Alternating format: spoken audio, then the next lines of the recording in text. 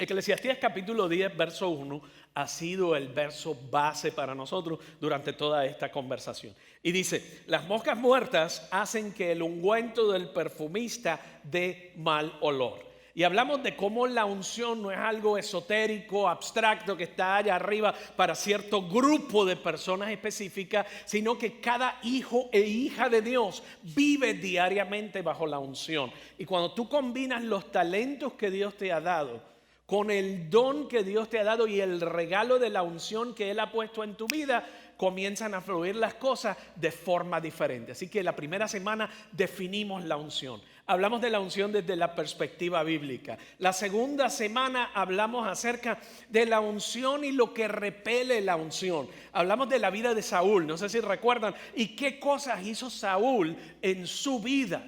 Como el celo, como el sentirse rechazado y marginado y el sentirse menos y el tener miedo de los talentos y los dones de otros lo llevaron a posicionarse, a no reconocer cuál era su identidad, cuál era su rol delante de Dios. Y eso lo llevó en una espiral descendiente a tomar una serie de decisiones que impactó su vida, su familia, su ministerio, su carrera y su gobernación. Él inclusive se posiciona como rey cuando Dios lo había llamado a ser príncipe. Y todas esas cosas ocurrieron como resultado de que no sabía cuál era su unción. La unción es importante en el matrimonio. La unción es importante en la crianza de nuestros hijos. La unción es importante en nuestro diario vivir, sobre todo en nuestro trabajo debemos vivir bajo la unción. La semana pasada hablamos acerca de la unción desde el nivel corporativo. Y cómo una iglesia debe funcionar bajo la unción. Y cómo a veces no reconocemos la diferencia entre lo artificial y lo legítimo y permitimos que las cosas que nos emocionan y nos atraen nos dejen llevar más que la esencia o la unción. Así que si te perdiste alguna de esas semanas, te invito a que vayas de vuelta a nuestro canal de YouTube. Lo puedes ver en Facebook o lo puedes ver en nuestra página northplaceespañol.com. Hoy, en nuestra plática final, la estuvimos mirando las últimas 2 semanas, ¿qué repele la unción? Hoy vamos a hablar acerca de qué atrae la unción a tu vida. Y para hacer eso nos vamos a referir a un verso que leímos la primera semana del libro de Éxodo. Así que vamos a regresar a ese verso y hoy lo vamos a desmenuzar desde la perspectiva de los ingredientes, de cómo se preparaba el aceite sagrado de la unción. En el Antiguo Testamento había 5 ingredientes importantes, pero cada uno de esos ingredientes tiene unas características que atraen la unción a nuestra vida. Entonces, los ingredientes del aceite de la unción no es una casualidad. Cómo fue cada uno de ellos escogido por Dios para que proveyera el aceite de la unción. Y vamos a leer Éxodo capítulo 30, versos 23 al 25. Y dice, recoge especias selectas, 6 kilos de mirra pura, 3 kilos de canela aromática, 3 kilos de cálamo aromático y 6 kilos de casia, calculado según el peso del ciclo del santuario. En otras palabras, calcúlalo en un peso legítimo, no en el que usaban los empresarios de la época que hacían trampa. Eso básicamente, y tiene otras implicaciones, pero bueno. Consigue también 4 litros de aceite de oliva, y con la misma técnica que emplea un experto fabricante de incienso, combina estos ingredientes para elaborar el aceite sagrado de la unción. Te dije hace un momento, vamos a mirar los 5 elementos, los 5 ingredientes del aceite de la unción, y el primero es mirra. Diga mirra. Mirra es el primero, es una fragancia que proviene del tronco de un árbol, y la mirra se cosecha hiriendo el árbol. El árbol es herido, de él sale una resina que inclusive le llaman lágrimas de mirra, porque al herirlo sale una especie de goma, cierta medida, y luego lo procesan a través del vapor, y de ahí sale un aceite que le llaman el aceite de mirra. Y ese es uno de los ingredientes bien importantes, porque es uno de los 5, ¿verdad? Pero es una hermosa imagen de mansedumbre y sumisión. Una hermosa imagen de mansedumbre, y lo voy a aclarar mientras vamos hablando acerca de el ingrediente número 1 para una vida ungida es mansedumbre. Y si estás tomando nota, son 5 y ese es el primero de los 5. La mansedumbre es la fuerza controlada al servicio del reino de Dios. Mansedumbre no es debilidad. Hay personas que cuando tú dices mansedumbre o la palabra manso, piensan que es una persona que es bien tranquilo, que deja que lo pisoteen y le caminen por encima. Pero vamos a hablar hoy de lo que significa mansedumbre y cómo la mirra refleja esa mansedumbre. La mirra, básicamente tienes que herir el árbol para que salga un líquido del árbol, una especie de resina del árbol, y de ahí se produce a través de un proceso la mirra. Mira lo que dice, fíjate, cuando tú miras el libro de Números, el capítulo 12, tú empiezas a ver la vida de Moisés.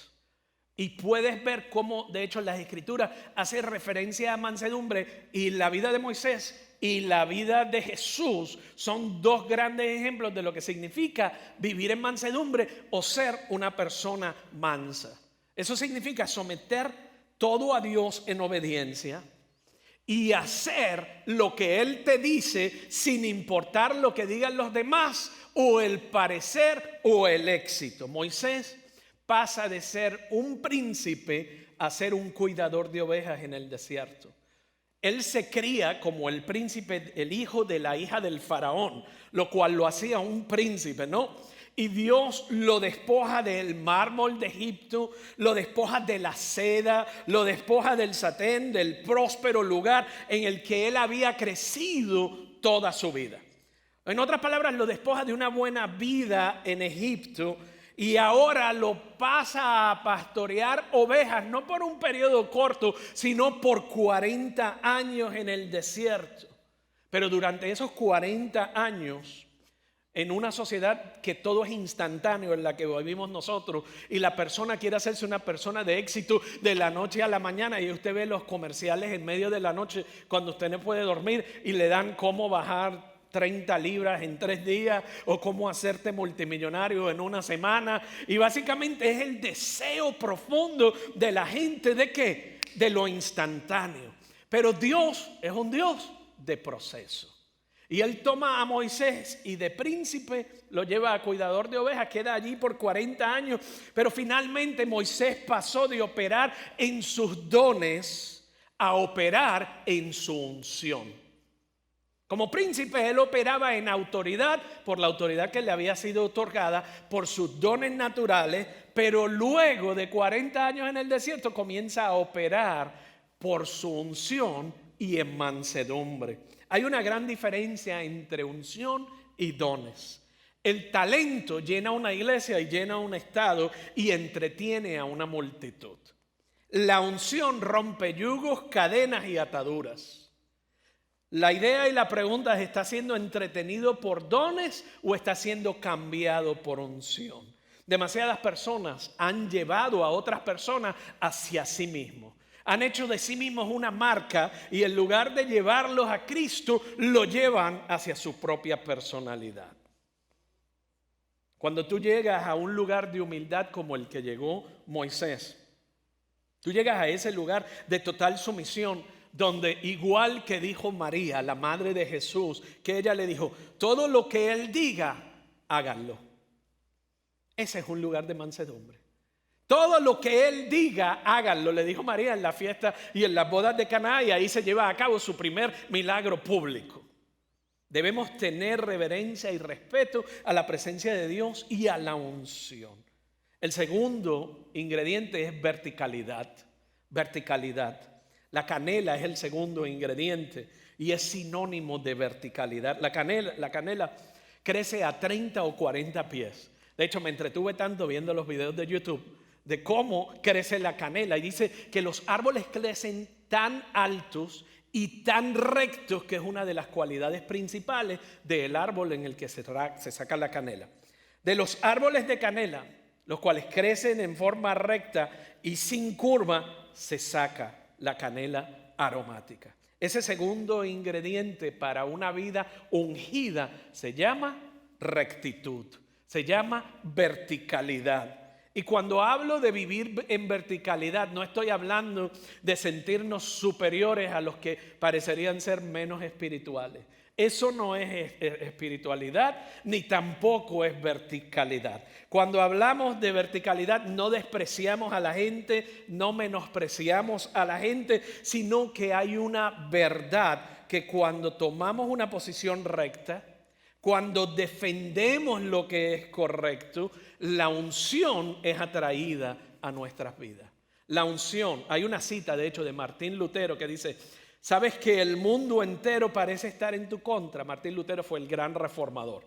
Dijo: pues estoy en contra de todo el mundo. ¿Qué estaba diciendo Martín Lutero con eso? No es que tenía una mala actitud ni estaba teniendo un mal día, sino que él estaba diciendo: sí, aunque el mundo entero esté en mi contra y yo esté centrado en la palabra y en la verdad divina, no importa que yo esté en contra de todo el mundo. Para Martín Lutero le costó mucho, y usted sabe lo que eso significó para él, ser un centro y un eje de verdad. La Biblia nos dice en Hebreos capítulo 11 que Moisés tomó la decisión de decir que no a Egipto y decir que sí a Dios. Hay momentos en que nosotros tenemos que decirle que no a cosas para poder decir que sí a otras. Hebreos 11:24 dice: por la fe Moisés, ya adulto, renunció a ser llamado hijo de la hija del faraón. Hubo un sí definitivo y hubo un no definitivo. Él pudo haber escogido la comodidad del palacio y haber dicho: yo me voy a quedar aquí y desde aquí en el palacio yo voy a hacer todo lo más que yo pueda. Pero él dijo: no. Yo voy a renunciar a mi título real, yo voy a renunciar a mi autoridad y yo voy a ser obediente a la voluntad de Dios, me lleve a donde me lleve. Eso es verticalidad. Había un principio bíblico, había una verdad bíblica y él estaba dispuesto a vivir centrado en esa verdad, le costase lo que le costase. La realidad es que o tienes una fe viva o tienes una fe moribunda. No hay fe tibia, no hay fe entre medio. La verticalidad atrae la unción. El tercer ingrediente de una vida ungida se da cuando Dios dijo que le echaran cálamo al aceite de la unción. La caña, dependiendo de la traducción que tengas al español, la caña o el cálamo es una caña fragante que crecía en los pantanos en la época en que se escribe este documento. Y en la cabeza de esa caña se llenaba de aceite. Y no se podía sacar ese aceite de la cabeza de esa caña hasta que la caña se doblara, porque en ese momento es que era que el aceite estaba listo para ser, el aceite de la planta estaba listo para ser utilizado. Es interesante eso, porque no estaba listo para que se utilizara hasta la cabeza de la caña no se inclinaba, casi tocando el suelo. Esta es la imagen de agacharse en humildad. Esa es la imagen de agacharse en humildad. Y ese es el tercer punto de los 5. Humildad. Es agacharse en humildad. Humildad consiste en reconocer nuestras propias limitaciones. Humildad consiste en reconocer nuestras propias debilidades y es actuar de acuerdo a ese conocimiento. A lo mejor tú estás pensando, pero es que hablamos de mansedumbre y humildad es lo mismo. Y ese es el error que comete mucha gente. Piensan que mansedumbre y humildad son sinónimos cuando no lo son. Mansedumbre es tu expresión pública de vivir de forma privada una vida llena de humildad. No puede haber mansedumbre, que es la expresión pública, cuando no hay humildad en el corazón. La mansedumbre es un rasgo público. La humildad es privada. La mansedumbre es poder bajo control en público. La mansedumbre es una fuerza canalizada en público. La mansedumbre es cuando tú tomas un río desconcertado, lo canalizas en una represa para producir energía hidroeléctrica. Eso es mansedumbre. ¿Estás conmigo hasta aquí? Eso es lo que realmente significa mansedumbre. Es tomar el poder que tiene y canalizarlo. Cuando un papá tiene mucha ira, porque sus hijos o una mamá tiene mucha ira con sus hijos, ¿qué hace con toda esa energía? No le pega con todas las que tiene, sino que canaliza esa energía para llevar a cabo una disciplina apropiada a la edad, apropiada a la falta, y eso es mansedumbre. Humildad es la expresión privada e interna, y ambas, si te fijas en los ingredientes, son sumamente importantes. Juan 13:5, hay un pasaje ahí súper interesante, porque nos expresa la mansedumbre y la humildad en Cristo. El verso 3 nos dice, sabía que Jesús el Padre había puesto en él todas las cosas bajo su dominio. A Jesús le había sido dada toda autoridad. Todo se había puesto bajo su dominio. Y él sabía que había venido de Dios y que iba a regresar a Dios. Así que él se levanta de la mesa, se quitó el manto y se ata una toalla en su cintura. Usted está viendo la relación entre mansedumbre y humildad en ese pasaje. Él le fue dado todo poder, toda autoridad. Él podía hacer lo que quisiera. Y en ese mismo pasaje en que se hace de forma pública y se despliega el poder y la autoridad de Cristo, ¿cuál es su próxima reacción? Tomar la palangana, el balde, el cubo, ponerse una toalla en la cintura y agacharse a lavarle los pies a pescadores y a traidores, porque entre ese grupo estaba Judas. Eso es mansedumbre y humildad. Tienes el poder para hacerlo, pero escoges no decirlo. Nos falta un poquito de mansedumbre en Facebook a veces, ¿verdad? Nos falta un poquito de mansedumbre en nuestras relaciones con los demás. Y humildad, mira el verso 5 lo que dice. Luego echó agua en un recipiente y comenzó a lavarle los pies a sus discípulos y a secárselos con la toalla que llevaba en la cintura. No tiene sentido. Un hombre que le había sido dada toda autoridad se agacha en humildad. Humildad. Así que si tú tienes grandes ambiciones y quieres llegar lejos, trae tu cubo, trae tu toalla y ponte a servir. Contrario a lo que nos dice la cultura, y era lo que precisamente el mensaje que nos estaba dando Jesús, él tenía una misión extraordinaria, una visión de transformar el mundo y el resto de la humanidad. Y lo primero que hizo fue ¿qué? Ponerse la toalla, lavarle los pies a los discípulos, y luego de eso, no siendo suficiente, se fue a morir en una cruz por ti y por mí. Y se convirtió en el líder máximo por excelencia. ¿A través de qué? No del éxito cultural, sino a través del servicio, la humildad, la mansedumbre. ¿Están conmigo hasta aquí? Ok, el cuarto elemento, antes de decirle eso, la humildad atrae la unción. La falta de humildad es igual a falta de unción. La falta de humildad es igual a la falta de unción. Vamos a mirar el cuarto elemento que habla acerca de la limpieza interior. Es la casia, ¿verdad? La casia se utilizaba en tiempos antiguos para traer limpieza interior. Es el cuarto ingrediente. Y es interesante porque hay cientos de tipos de casia. Y una de las cosas que producen es algo también llamado sen. S-E-N. Y a lo mejor ustedes dicen, no tengo ni idea. Pero algunos de ustedes van a saber cuando le diga que el sen es un ingrediente del aceite castor. ¿Alguien se acuerda del aceite castor? Se lo daban cuando uno se portaba mal. Esa es mi teoría. Mis papás me decían que era para limpiarme por dentro, pero el aceite castor, algunos de ustedes se acuerdan, el aceite castor contiene sen. Y en otras palabras, cuando alguien estaba enfermo o tomaban aceite, le daban este aceite en particular, era un aceite de ricino también, le llaman otras personas, que se utilizaba para la limpieza interior. Y este aceite, el sen, se utiliza en el desarrollo del aceite sagrado de la unción. ¿Qué tú crees que quiere decir eso? En otras palabras nos está diciendo, si tú quieres la unción, de vez en cuando tienes que tener una limpieza. De vez en cuando hay que limpiarte por dentro y por fuera. De vez en cuando necesitas un poquito de casia en tu vida. Necesitas que todo dentro de ti sea llevado a la cruz y llevado al altar, y necesitas volver a decir, Señor, escóndeme y pruébame y ve si hay alguna maldad en mí, como dijo el salmista. En otras palabras, venir delante de Dios y decirle: Señor, necesito una limpieza interior, porque hay falta de perdón en mí, porque hay amargura en mí, porque hay rencor en mi vida. Y le puedes decir: Señor, estoy permitiendo que entres en mi vida o que entren en mi vida cosas que no te agradan a ti y que obstaculizan la unción para el llamado que tienes sobre mi vida.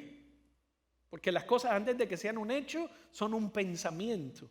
Antes de que sean una acción, son una actitud. Así que, Señor, límpiame, rebúscame y saca de mí. Tú conoces mis pensamientos. Tú eres el único que conoce la motivación profunda de mi corazón. Dice que ni nosotros mismos conocemos nuestras propias motivaciones. Tú conoces mis pensamientos. Límpiame, oh Dios. De vez en cuando tenemos que ser limpiados y volver a llenarnos con la palabra de Dios. Mira lo que dijo Malaquías en el capítulo 3, hablando de este mismo tema. Versos 2 al 3. Pues él será como un fuego abrasador que refina el metal. En otras palabras, eso es por fuera. O como un jabón fuerte que blanquea la ropa. Se sentará como un refinador de plata y quemará la escoria. En otras palabras, todo lo que hay en mí que no le agrada, todo lo que hay en mí que no es bueno, todo lo que hay en mí que yo me he acostumbrado a vivir de esa manera y que pienso que no hay solución porque así soy, él dice: eso yo lo puedo quemar, eso yo lo puedo sacar, eso yo lo puedo limpiar, eso yo lo puedo restaurar. En otras palabras, él es fuego por dentro y jabón por fuera. O te limpio o te limpio. Y él dice: hay ocasiones en las que quiero que vengas a mí y dejes que yo te limpie por dentro y te limpie por fuera. A veces por eso los religiosos tienden a vestirnos por fuera, porque así nos vemos limpios. ¿Y qué le dijo Jesús a los fariseos? Que se vestían de una manera, manejaban de una manera, o sea, su vida, hablaban de una manera. Le dijo: ustedes son unos sepulcros blanqueados, en otras palabras. Por dentro se ven limpiecitos, pero por dentro están podridos. Lo que hay es muerte dentro de ustedes. Y él lo que les estaba diciendo es: mi evangelio trae vida por dentro y por fuera. Mi evangelio, lo que le estaba diciendo Jesús, transforma de tal manera, te muestra el amor de Dios de tal manera que te saca de la religiosidad, te la saca de adentro y sopla vida dentro de ti. Y esa vida produce los frutos del Espíritu Santo en cada área de tu vida. Eso es lo que marca la diferencia. Dios nunca rechaza ese tipo de oración. Dios no rechaza la oración donde tú le dices: Señor, vengo delante de ti en humildad. Quita de mí lo que tenga que ser quitado.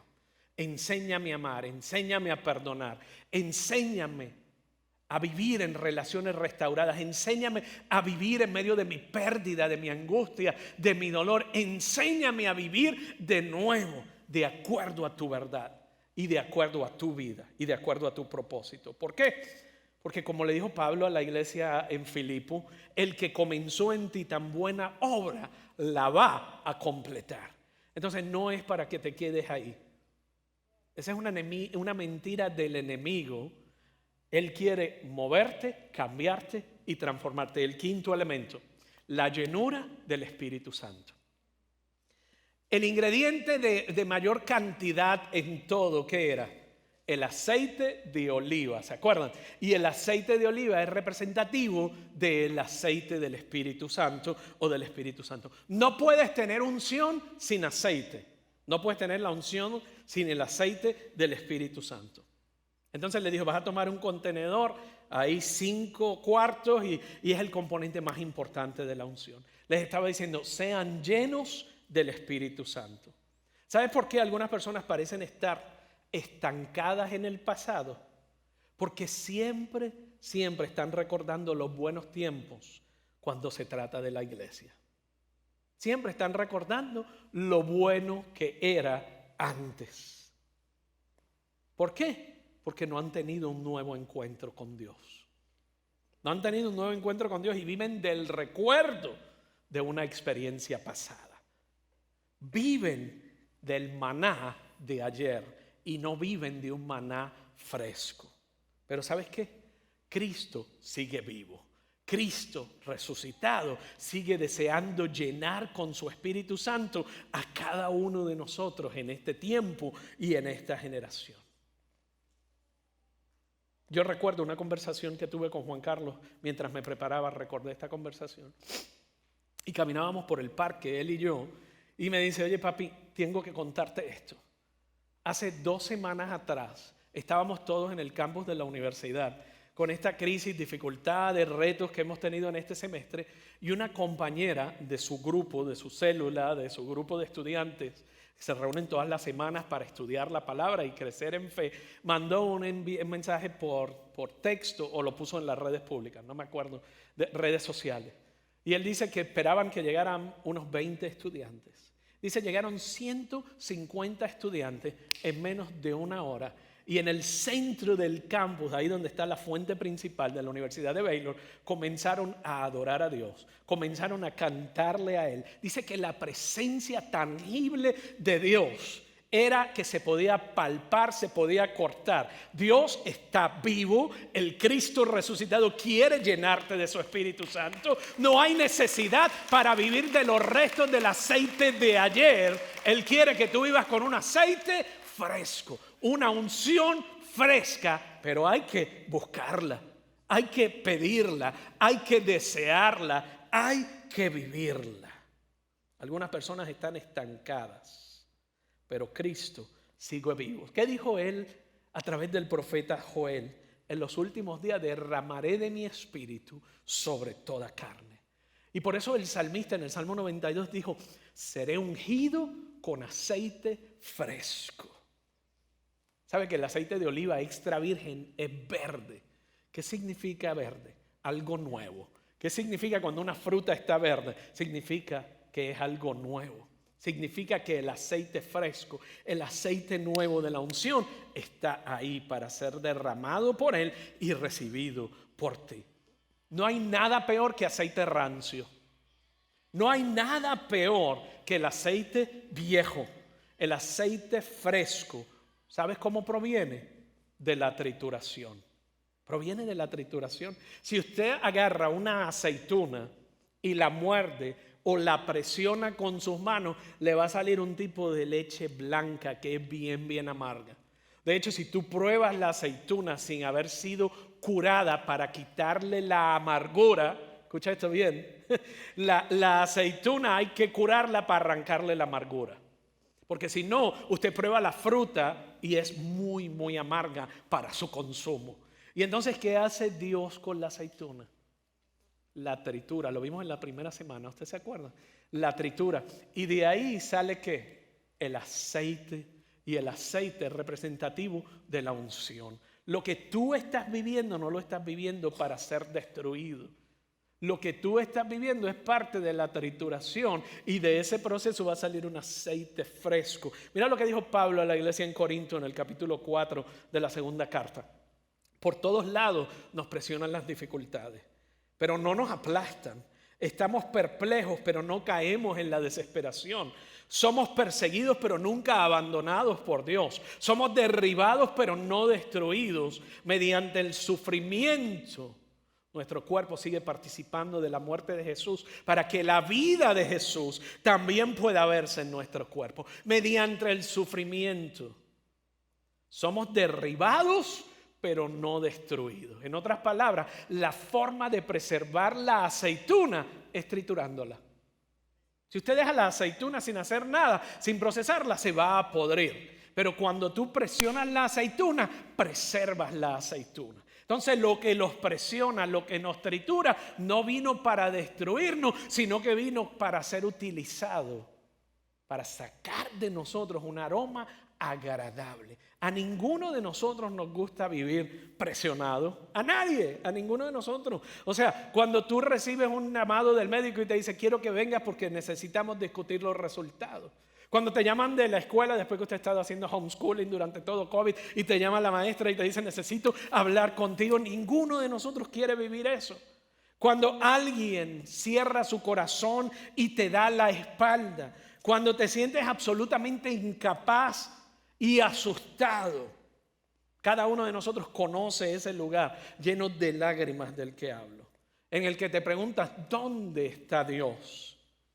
Él no es el autor de tu dificultad, Él no es el autor de tu presión, pero los ingredientes del aceite sagrado de la unción, ¿cuándo es que destilan su olor? Cuando son triturados. Cuando la aceituna produce su aceite, cuando es triturado. Cuando la uva produce el vino, cuando es triturado. Cuando Cristo Jesús produjo su mayor victoria, cuando fue triturado en la cruz del Calvario por ti y por mí y aplastado para que tú y yo podamos vivir una vida plena y completa. En los próximos minutos vamos a participar de la comunión, un gran recordatorio a través del símbolo de la uva, el jugo de la vid, de la uva y el pan. Él dijo, este es mi cuerpo que por ti fue quebrado, triturado y aplastado. Este es mi sangre, el símbolo del nuevo pacto que fue derramado por ti, por el perdón de tus pecados.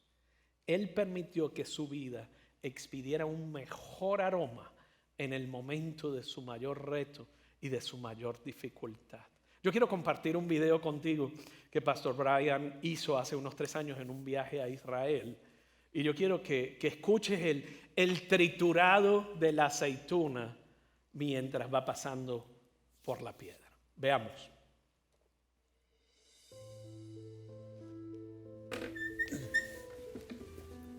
I'm in the ancient village of Katzrin on the northeast end of the Sea of Galilee. There was an ancient Jewish settlement here, and this has been rebuilt to mirror a village life in times right after the time of Jesus. And this particular machine is a crushing machine that would replicate very much the process of extracting a pulp from an olive in the times of Christ. And then just beyond that is an olive press, which is how the oil came about. These images are synonymous with the moments in our life where crushing and pressing takes place. We don't like those moments. They're painful. It's in those moments that we question the nature and character of God. It's in that moment that we question whether there's any value or purpose in our pain. I wonder at times if it's in these moments and seasons of injustice that our faith is put to the greatest test, and yet it's in these moments that our faith is experiencing its preservation. This is a process, the production of olives to turn them into something of value. There are stages in this process, crushing and pressing in order to preserve and bring forth value. This entire process is synonymous with the process of what God is doing in our own lives. Reminds me of what the Apostle Paul said, I am persecuted but not abandoned, cast down but not destroyed. I am pressed but not crushed. And yet it's the pressing and the crushing in our lives that God uses to preserve us. The greatest value from the olive is the oil. And this is where the oil is made. And I just want you to know and understand that as the pressure of persecution and suffering and the heartache and betrayal and all the things that are going on in your life at this moment that makes you feel like God has abandoned you, they're just the opposite. He is in the middle of it with you, promising to take all the things that you're going through and use them for good, for His glory and your benefit.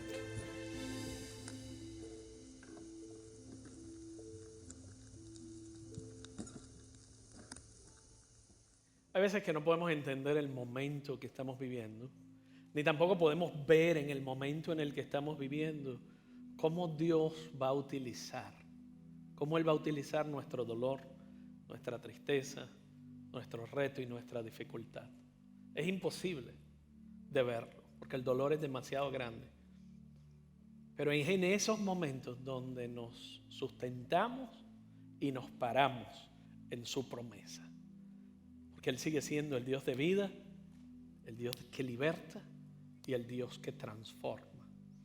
al entrar, estábamos distribuyendo los elementos de la comunión y los anfitriones me van a ayudar si no tienes los elementos de la comunión y quisieras participar de esto. Nos encantaría compartirlo contigo. Keith, can I have one as well? Y nos encantaría. May I have one, Keith? I'll take one for me. Thank you. Gracias.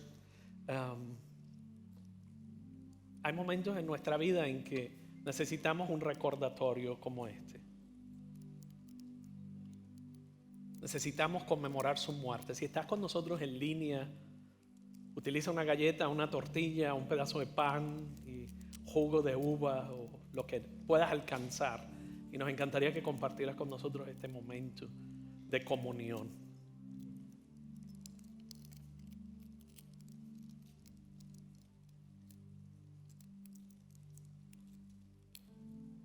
Yo quisiera que reflexionaras en su amor por ti. Y cómo los elementos de la comunión significan cómo Él fue triturado, cómo fue aplastado y reflexionaras en el gran sacrificio que Él hizo por ti. Y dejaras que Él fomente en tu corazón mansedumbre, humildad, audacia y el valor para quedarte en el proceso y pedirle a Él una llenura del Espíritu Santo, nueva y fresca. Que cada domingo en la iglesia sea algo más que una rutina, sino que cada domingo cuando vengas tú digas, voy a su presencia, voy a adorarle, voy a rendirle mi corazón, voy a que examine mi corazón. Quiero invitarte que los que están aquí en persona nos pongamos de pie.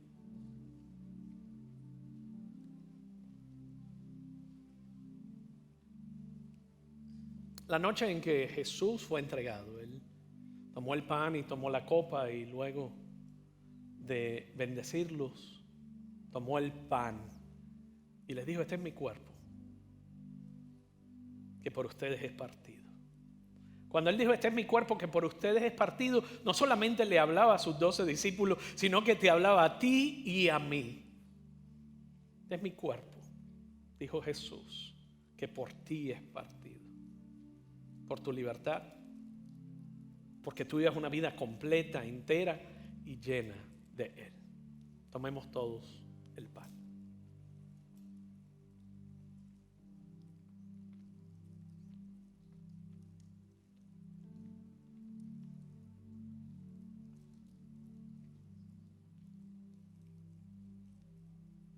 Gracias, Jesús.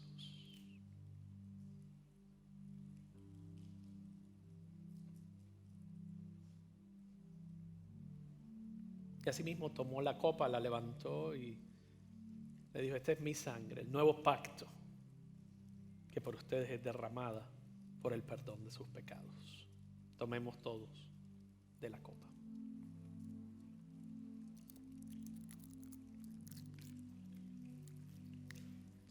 Te invito a que mientras reflexionas en su amor y en su gracia, volvamos a cantar ese canto que muy bien dice, te exalto.